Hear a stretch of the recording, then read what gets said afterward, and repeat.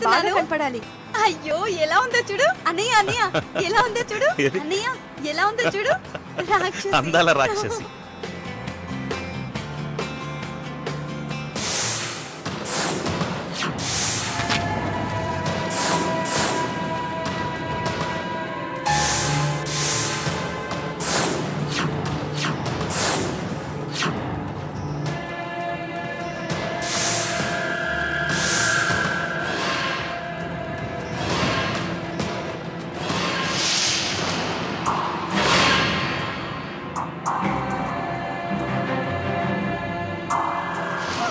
సురేఖ వెళ్ళేప్పుడు హన్మకొండలో.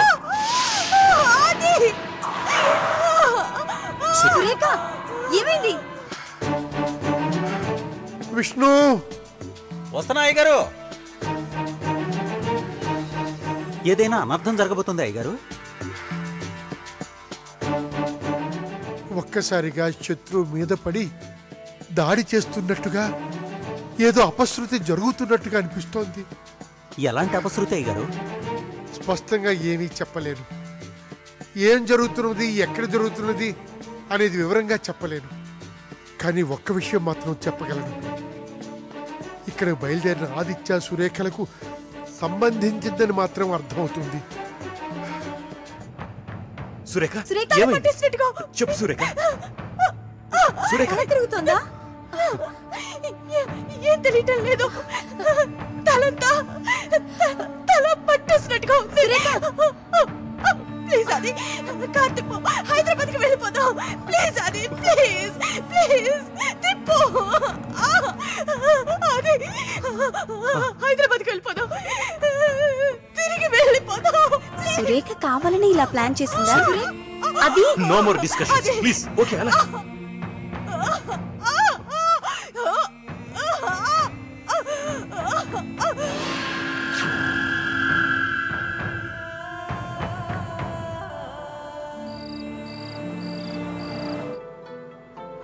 ఆకలిగా ఉంది, ఎక్కడైనా ఆగుదామా? ఇప్పుడు ఎలా ఉంది? Much better, in fact good. ఉన్నట్టుండి నీకెందుకలా అయింది? ఏమో తెలీదా? అది ఆ కొంచెం సేపు నా ఊపిరి ఆగిపోయేలా అనిపించింది. తల పగిలిపోతున్నంత నొప్పి, ఎవరు నా మెడని పట్టుకొని విసురుతున్నట్టుగా అనిపించింది. ఎందుకో ఆ బాధను తలుచుకుంటేనే నాకు భయంగా ఉంది. But I'm absolutely all right. అప్పుడు నిన్ను చూస్తే చాలా భయం వేసింది. వెంటనే హాస్పిటల్లో జాయిన్ చేయాలనిపించింది.